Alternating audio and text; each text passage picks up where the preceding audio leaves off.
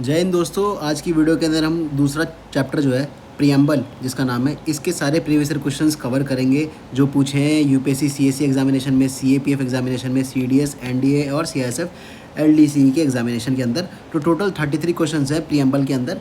और इससे पहले हमने salient feature of Indian constitution जो है इसके भी chapter wise previous year questions कर रखे हैं। हम ये जो है प्लेलिस्ट चला रहे हैं chapter wise previous year question की। तो जो प्लेलिस्ट वाला सेक्शन है वहाँ पे अगर आप जाओगे तो आपको लाइन से एक हायरार्की में मिल जाएंगे सारे के सारे वीडियोस। ठीक है, तो चलिए अपना ये जो वीडियो स्टार्ट करते हैं। सबसे पहला क्वेश्चन देखते हैं क्या कह रहा है। देखो, ये क्वेश्चन 1 पूछा है इसने, यूपीएससी सीएससी 2021 का क्वेश्चन है। क्या कह रहा है कि what was the exact constitutional status of India on 26 जनवरी 1950। 26 जनवरी 1950 में एग्जैक्ट कॉन्स्टिट्यूशनल स्टेटस भारत का क्या था। यहाँ पे 4 ऑप्शंस दिए हैं। इसका करेक्ट ऑप्शन क्या है? ऑप्शन नंबर बी है, अ सॉवरेन डेमोक्रेटिक रिपब्लिक। ये करेक्ट ऑप्शन है। यहाँ पे सॉल्यूशन आप देख सकते हो। The country of India came into effect on The Constitution of India came into effect on January 26, 1950, marking the transition from a dominion under the British Crown to an independent republic. The preamble of the Constitution established India as a sovereign democratic republic. The terms socialist, secular were added through the 42nd Amendment Act 1976. तो यहाँ पे जो secular और जो socialist जो word है ये 42nd amendment act 1976 में ऐड हुए थे, जिसको हम मिनी कॉन्स्टिट्यूशन भी बोलते हैं। ठीक है, तो इसलिए ऑप्शन नंबर बी जो that is the correct option. ये यूपीएससी सीएससी 2021 के अंदर पूछा गया था। अगले क्वेश्चन की तरफ बढ़ते हैं। ये क्वेश्चन पूछा गया यूपीएससी सीएससी 2023 में। क्या बोला है भैया कि the economic justice is one of the objectives of Indian constitution has been provided in which of the following. तो किस में प्रोवाइड किया गया है इकोनॉमिक जस्टिस? तो option number B preamble, the preamble and the DPSP of state policy. ये जो है that is the correct option. Option number B is the correct option. यहाँ पे आप देख सकते हो डिटेल एक्सप्लेनेशन भी है यहाँ पे। The preamble explicitly mentions justice, social, economic and political, the fundamental right guarantees equality, freedom etcetera, but they do not directly mention economic justice. Fundamental rights जो है डायरेक्टली मेंशन नहीं करते हैं economic justice. The DPSP on the other hand part 4 में जो है DPSP particularly article 38, 39 and 43 aim at establishing a welfare state and socio economic justice. ठीक है, तो यहाँ पे इसलिए जो प्रीएम्बल और डीपीएसपी है दे टुगेदर एड्रेस इकोनॉमिक जस्टिस और फंडामेंटल राइट कहीं भी इकोनॉमिक जस्टिस के बारे में बातचीत नहीं करते हैं। तो आप फंडामेंटल राइट को एलिमिनेट कर दोगे तो वैसे ही आपका जो ऑप्शन है वो सही हो जाएगा। नेक्स्ट बात करते हैं, यूपीएससी सीएससी 2017 के अंदर पूछा है।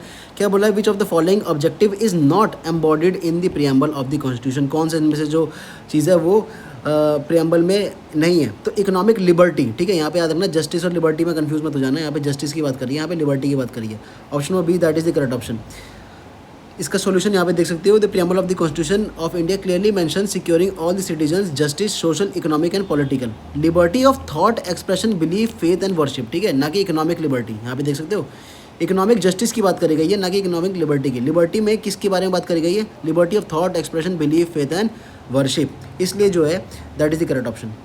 ठीक है, economic liberty while a significant concept is not explicitly mentioned in the preamble, the focus lies on achieving social, economic, political justice, not as economic liberty. ठीक है, अगला question, question number 4 UPSC CSC 2017।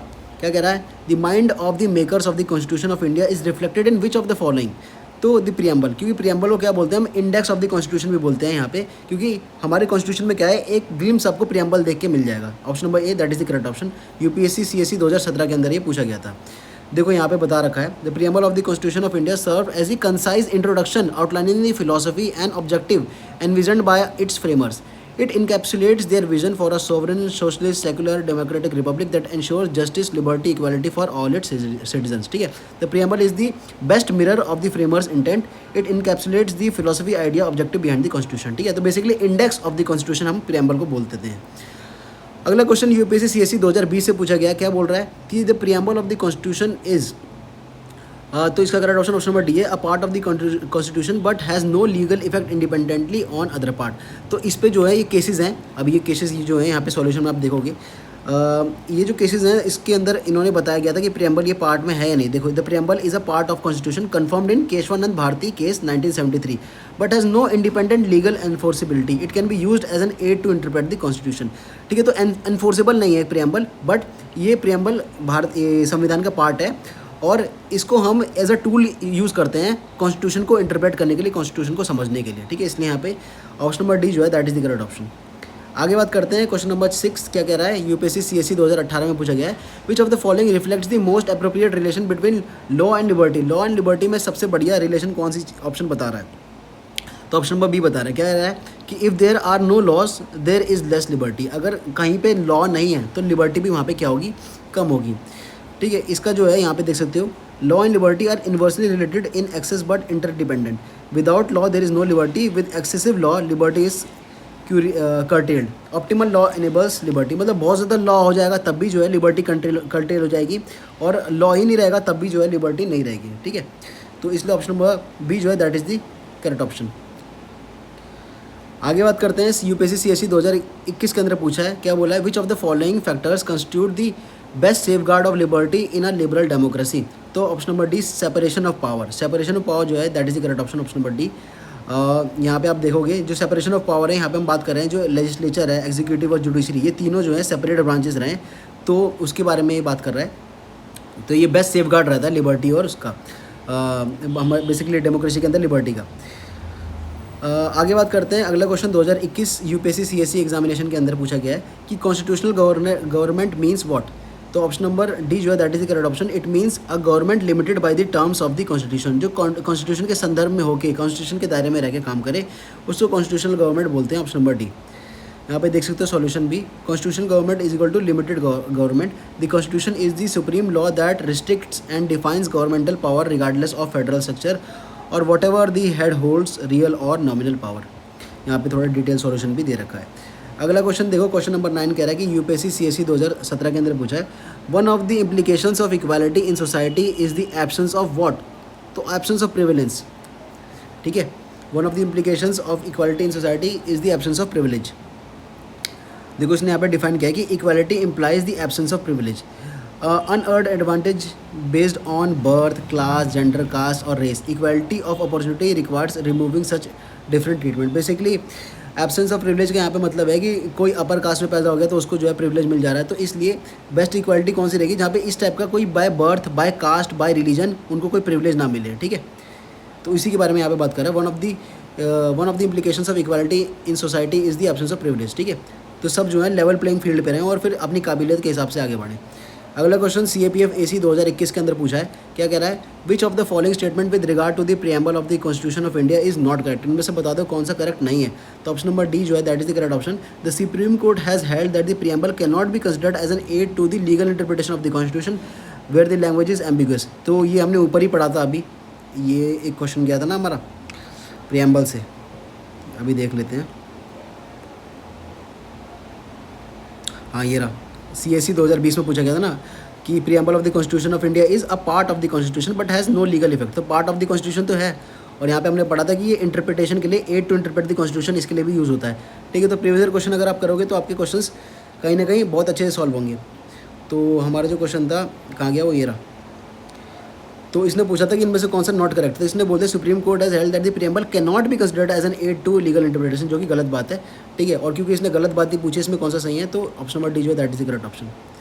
यहाँ पे बता सकते हैं, देखो preamble can be use as an aid to interpret the ambiguous constitutional provision, LIC of India case 1995, the statement saying it can not is incorrect. ठीक है, आगे बात करते हैं CAPF AC 2020 में क्या पूछा, the idea of social justice requires that select the correct answer using the code given below. तो स्टेटमेंट नंबर 1 कह रहा है कि equal treatment by supplemented with treatment be supplemented with principle of proportionality. अगला कह रहा है कि equality of treatment and consideration is given to all individual. अगला कह रहा है equality of treatment to be transcended to recognise special needs. इसका correct option option number A है दोस्तों, option number A that is the correct option, और इसका solution यहाँ पे दे सकता है। The social justice encompasses formal equality, equal treatment, substantive equality and proportionality, all three principles defined together define the concept. तो ये आप कर लेना अच्छे से, ठीक है, क्योंकि थोड़ा सा डाइसी लग रहा है ये, CAPF 2020 के अंदर पूछा गया है, इसको अपने नोट्स में ऐड कर लेना। ठीक है, अगला बात करते हैं CAPF AC 2014 के अंदर। देखो क्या बोला इसने, which of the following are true regarding the preamble of the constitution of India. इनमें से कौन सी स्टेटमेंट जो है सही है। पहली स्टेटमेंट क्या कह रहा है, the objective resolution was propose by Jawaharlal Nehru and pass by the constitution assembly which ultimately became the preamble. अगला स्टेटमेंट कह रहा है कि the idea of the preamble was borrowed from the constitution of USA। अच्छा, और अगला कह रहा है the word socialist secular were adopted in 42nd amendment act 1976। और अगला कह रहा है the preamble incorporates the fundamental right of the citizen of India. तो फोर्थ स्टेटमेंट तो वैसे ही गलत हो गई, क्योंकि फंडामेंटल राइट प्रीएम्बल के अंदर थोड़ा ना आता है। तो इसका जो करेक्ट ऑप्शन नंबर ए है। ऊपर की तीनों स्टेटमेंट सही हैं, लास्ट स्टेटमेंट गलत है यहाँ पे, ठीक है।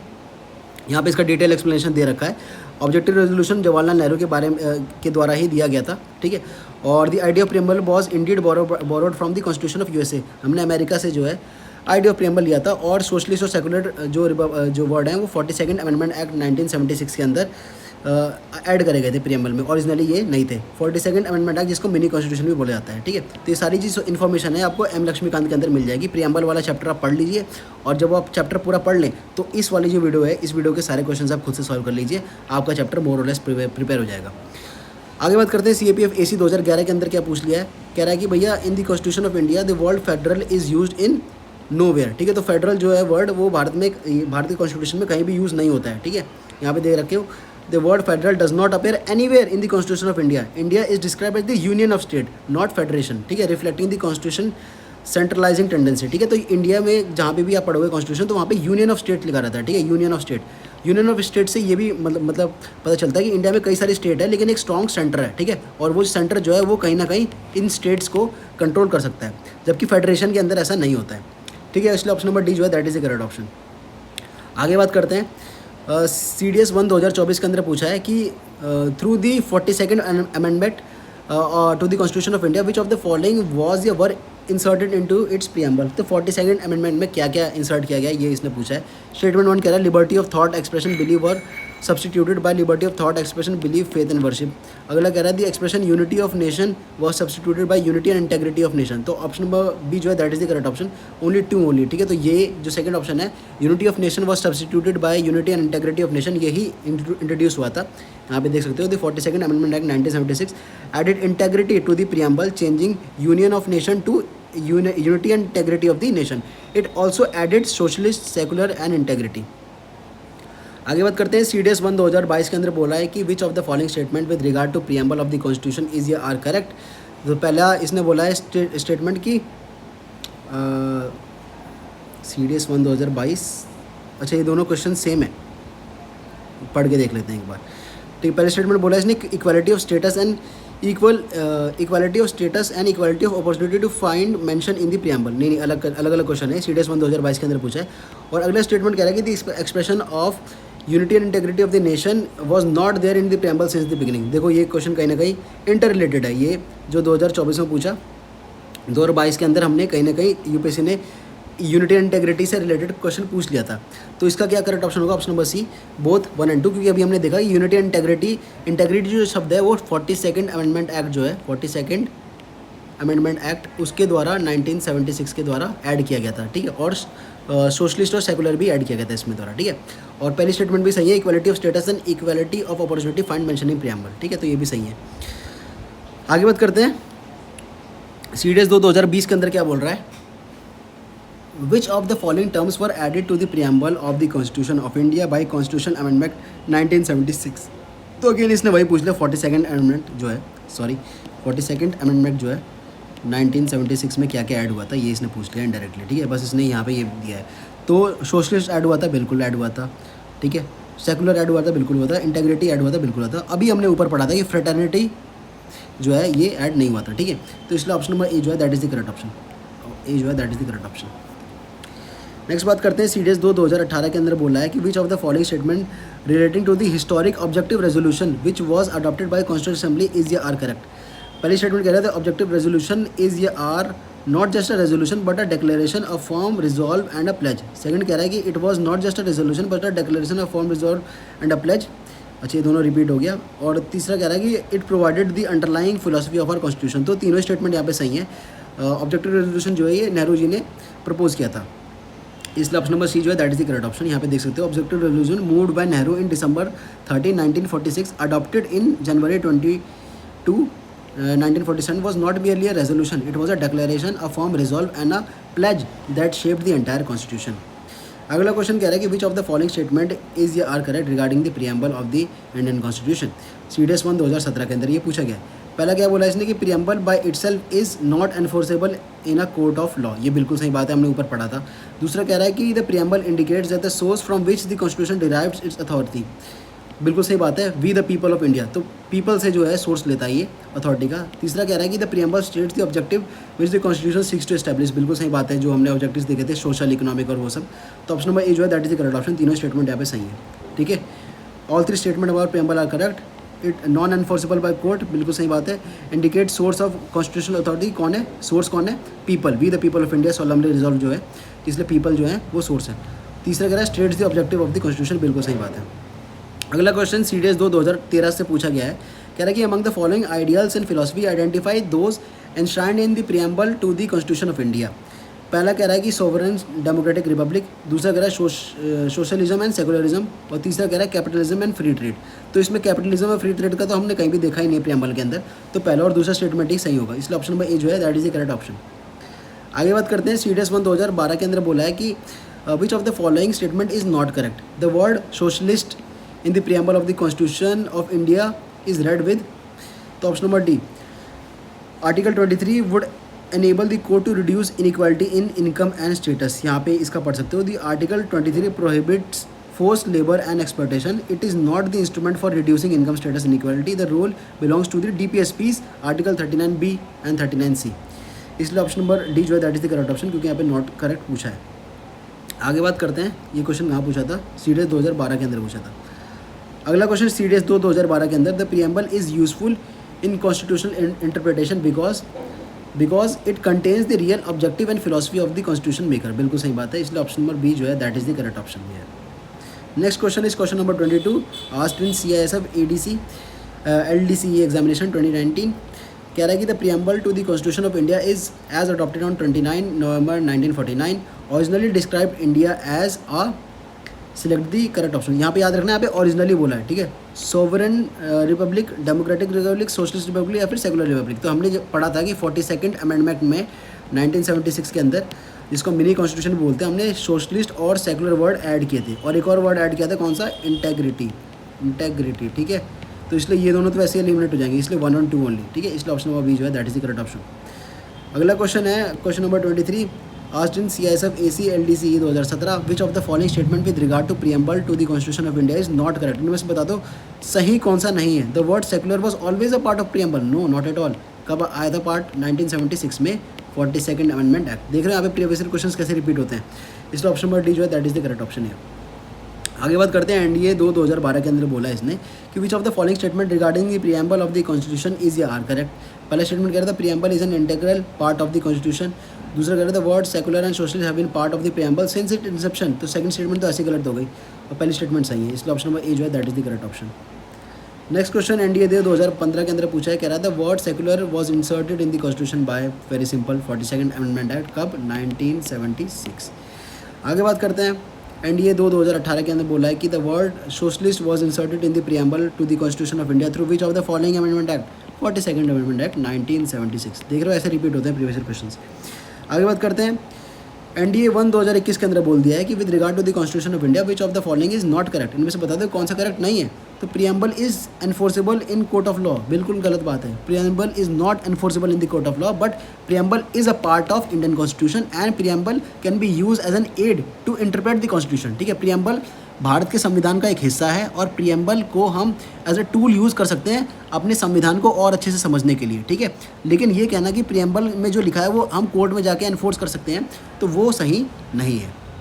आगे बात करते हैं, NDA 2022 के अंदर क्या बोला है कि who among the following introduce objective resolution, Jawaharlal Nehru, ठीक है, जवाहरलाल नेहरू, बहुत ईजी क्वेश्चन है। जियो साइंटिस्ट के अंदर क्या बोल दिया 2023 में, which of the following word या phrases was not incorporated into the preamble to of India by the 42nd amendment act. 42nd amendment act के अंदर कौन सी चीज़ इसमें से जो है वो नहीं बोली गई थी। तो सोशलिस्ट बोली गई थी, डाली, ठीक है, उसके बाद सेकुलर डाला हमने, इंटेग्रिटी ऑफ द नेशन ये डाला, लेकिन डिग्निटी ऑफ इंडिविजुअल ऐसा कुछ भी वर्ड हमने नहीं डाला 42nd अमेंडमेंट एक्ट के अंदर, ठीक है। तो हमने सोशलिस्ट डाला था, ठीक है, सेकुलर डाला था, और उसके बाद क्या डाला था, इंटेग्रिटी, ठीक है, डिग्निटी से कुछ नहीं डालता, इसलिए ऑप्शन नंबर डी जो है that is the correct option है। अगला बात करते हैं, UPSC जियो साइंटिस्ट 2022 के अंदर पूछा है which of the following statement is या आर करेक्ट। पहला स्टेटमेंट कह रहा था fundamental duties are enshrined in part 4A of the constitution of India, very simple. दूसरा कह रहा था 44th amendment of the constitution of India added the word secular to the preamble of the constitution. बहुत लोग यहाँ पे टिक कर देंगे, बट यहाँ पे 44th लिखा है, बट हम तब से क्या पढ़ते हुए आए हैं 42nd अमेंडमेंट एक्ट, ठीक है 42nd अमेंडमेंट एक्ट, इसलिए ऑप्शन नंबर ए जो है that is the correct option, ये हमारा इनकरेक्ट हो जाएगा। आगे बात करते हैं, अगला क्वेश्चन कह रहा है preamble of the constitution of India as adopted in 26 November 1949 originally describe India as sovereign republic या डेमोक्रेटिक रिपब्लिक या सोशलिस्ट या सेकुलर रिपब्लिक। तो अभी हमने पढ़ा था ऑप्शन नंबर ए 1 और 2 ओनली, क्योंकि सोशलिस्ट और सेकुलर तो है हमने बाद में ऐड किया था। ये पूछा गया था CISF AC 2019 के अंदर। आगे बात करते हैं, NDA 1 2021 के अंदर बोला कि with regard to the constitution of India which of the following statement is not correct. कौन सी इसमें स्टेटमेंट सही नहीं है, तो सी स्टेटमेंट सही नहीं है, क्योंकि इसने बोल दिया कि preamble is enforceable in court of law. अभी हमने पढ़ा था कि नहीं है, ठीक है, इसलिए ऑप्शन नंबर सी जो है that is the correct option है। आगे बात करते हैं, यहाँ पे डिटेल एक्सप्लेनेशन है, आप पढ़ सकते हैं आराम से। आगे बात करते हैं, consider the following statement, last question है यहाँ पे, UPSC CSE 2009 में पूछा है।